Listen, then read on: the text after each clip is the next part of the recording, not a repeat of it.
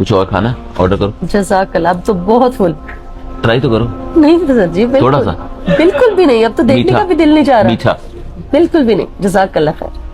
वजह अच्छा पेट फुल हो गया, खा लिया खाना, बस भूख खत्म। मैं भला क्यों कह रहा हूँ, हाँ जी।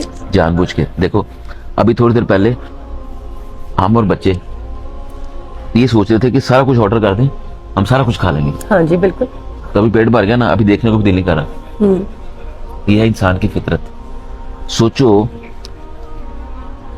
कि जब जानवर खाता है, जानवर की भी यही फितरत है, जब पेट फुल हो जाता है छोड़ देता है, खत्म हो जाती है। और सोचो कि जो लोग अपने मुल्कों को कई कई सालों से लूट रहे हैं, नोच रहे हैं, खा रहे हैं, उनकी हवस या उनके गिरे हुए पन का क्या लेवल होगा। उनकी आंखें नहीं भर रही, उनका पेट ही नहीं भर रहा। सही। हालांकि उनके पास उनकी कई आने वाली नस्लों के लिए काफी होगा, लेकिन नहीं। सोचो कि जब इंसान गिरता है तो कितना नीचे गिर जाता है। सही।